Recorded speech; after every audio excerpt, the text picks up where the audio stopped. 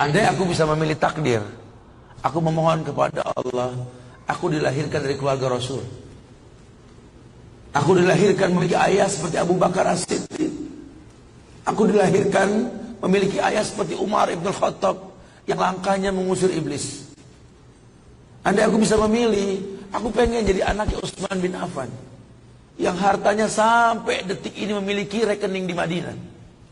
Aku pengen punya ayah seperti Ali bin Abi Thalib yang berperang melawan musuh tak pernah kalah, tapi tidak emosi ketika memainkan pedangnya.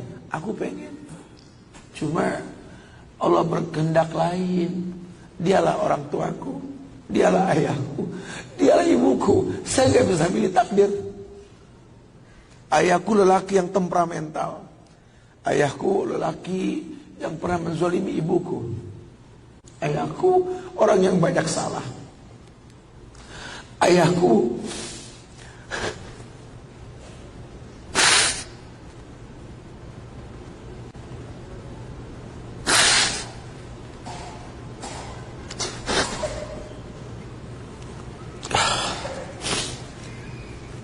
ayahku orang yang punya masa lalu, ayahku orang yang tidak sempurna.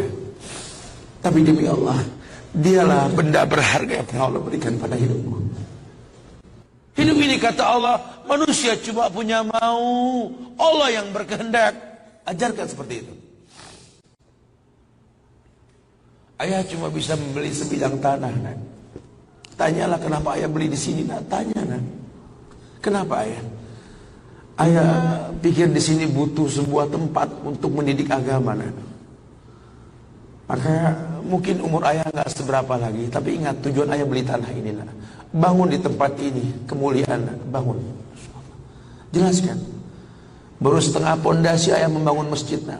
Cuma itu kemampuan ayah. Kau harus lebih mampu daripada ayah, nak. Ajarkan. Ayah sudah terlalu tua, nak, tak bisa membimbing kalian ke surga. Kematian di ambang pintu kehidupan ayah, nak. Demi Allah, nak. Ambillah tongkat estafet kehidupan keluarga ini, nak. Bawa kami ke surga dengan doamu, nak. Karena Rasul pernah dibentangkan alam barzah, dibentangkan alam barzah ke Rasulullah. Ada mayit yang sedang dicambuk oleh malaikat, dicambuk mayit oleh malaikat. Berhenti cambuk malaikat. Bertanya si mayit kepada malaikat, lima takifu min tarbik, kenapa kau hentikan cambukanmu wahai malaikat? Kata si mayit, aku orang yang layak untuk dicambuk. Apa kata malaikat? Kaifa adribuk wa waladuk istaghfar lak. Bagaimana aku bisa mencambukmu wahai mayit, sementara anakmu di dunia selalu beristighfar untukmu? Ayahmu tidak maksum, nak. Tapi prinsip ayahmu tidak akan pernah berbuat syirik dalam hidup ini, nak. Doa mula yang bisa masuk ke lubang kubur ayah, nak. Masya Allah. Jelaskan sama anak-anak kita supaya mulutnya basah, selalu berkata Rabbighfirli wali walidayya warhamhuma kama rabbayani saghirah.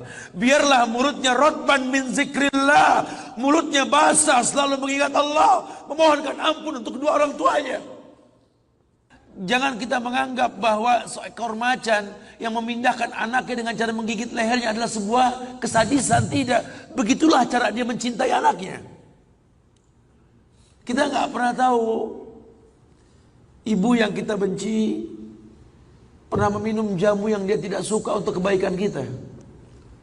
Ayah yang kita anggap gak pernah bertanggung jawab sama kita, ya Allah. Kita gak pernah tahu bahwa dia telah mendoakan kita. Manalah kau tahu ayahmu sedang beriktikaf di sebuah tempat ketika Ramadan. Dia minta yang terbaik buat anaknya, Rabbi habli minas salihin. Saat itu kita belum tahu, kita cuma seonggok bayi merah yang bisa menangis saja. Apa kamu sadar? Ayahmu lelah merantau mencari rezeki, meninggalkan keluarganya. Nanti kalau kau jadi orang tua baru kau paham sedihnya meninggalkan keluarga. Tidak melihat perubahan fisikmu mulai tumbuh, nak. Ayahmu gak menyaksikan masa kanak-kanakmu karena kewajiban mencari rezeki. Demi Allah. Nanti kau akan rasakan lah. Ketika kau rasakan itu, kau akan menyesal. tangismu, air matamu di atas pusara ayahmu. Ambil tangannya, cium, rasakan dong kulit orang tua kita, supaya kita tahu bahwa kita punya mereka. Harapan masih jelas. Tidak ada yang sulit di atas muka bumi ini kalau ridho orang tua kita miliki. Orang tua yang betul-betul ingin menjadi pemenang, ayah yang betul-betul sukses, dia akan cetak anaknya untuk menjadi anak yang sadar bahwa orang tuanya makin hari makin lemah, bukan makin kuat. Sehingga prinsip hidup dalam hidupnya, tidak mungkin pulang kampung menemui mereka sebelum sukses, dia buang jauh-jauh. Orang tuamu tidak butuh kamu sukses. Orang tuamu tidak butuh kamu jadi orang hebat. Sehebat apapun kamu dengan kesuksesanmu, dengan namamu yang besar di mata manusia, usiamu yang tua di mata keluargamu, demi Allah, kau bocah kecil di hadapannya. Tidurlah di pahanya. Mintalah dibalur dengan doa seperti kita masih kecil dulu. Tangan mereka gemetar menanti kita untuk mengusap kepala kita. Ya Allah, si sulung ayah, si bungsu ayah, bukan si bungsu yang dulu digendong di pundak. Cepat sekali masa, nak. Kutimang kau dulu, nak. Badanmu memanjang, tak bisa kutimang. Kau gendong kau seperti ini, nak. Makin panjang badanmu tak mungkin digendong. Ku gandeng engkau, nak. Badanmu mulai meninggi, menyusul ayahmu, nak. Tak bisa ayah gandeng lagi. Ayah rangkul di pundakmu, nak. Lama kelamaan kau makin tinggi, ayah yang kau rangkul, nak. Di pundak ayah. Lama kelamaan kau makin kuat, ayahmu membungkuk, nak. Kau tuntun ayahmu, nak, anak kecil. Satu saat kau temui ayahmu sakit, kau angkat ayahmu seperti ayah mengangkat kamu dulu, nak. Satu saat pun kau akan memandikan ayah, nak. Kau wudukan ayah. Kau basuh pundak ayah ketika ayah sudah terbujur kaku sebagai mayit. Tolong ketika kau basuh tangan ayah nanti, nak, sebagai mayit, ingat tangan yang dingin ini pernah menyentuh kepalamu, nak. Tangan yang kau pegang sekarang pernah menuntutmu pada jalan yang benar. Tolong, nak, ingat ketika kau basuh pundak ayahmu ini, nak.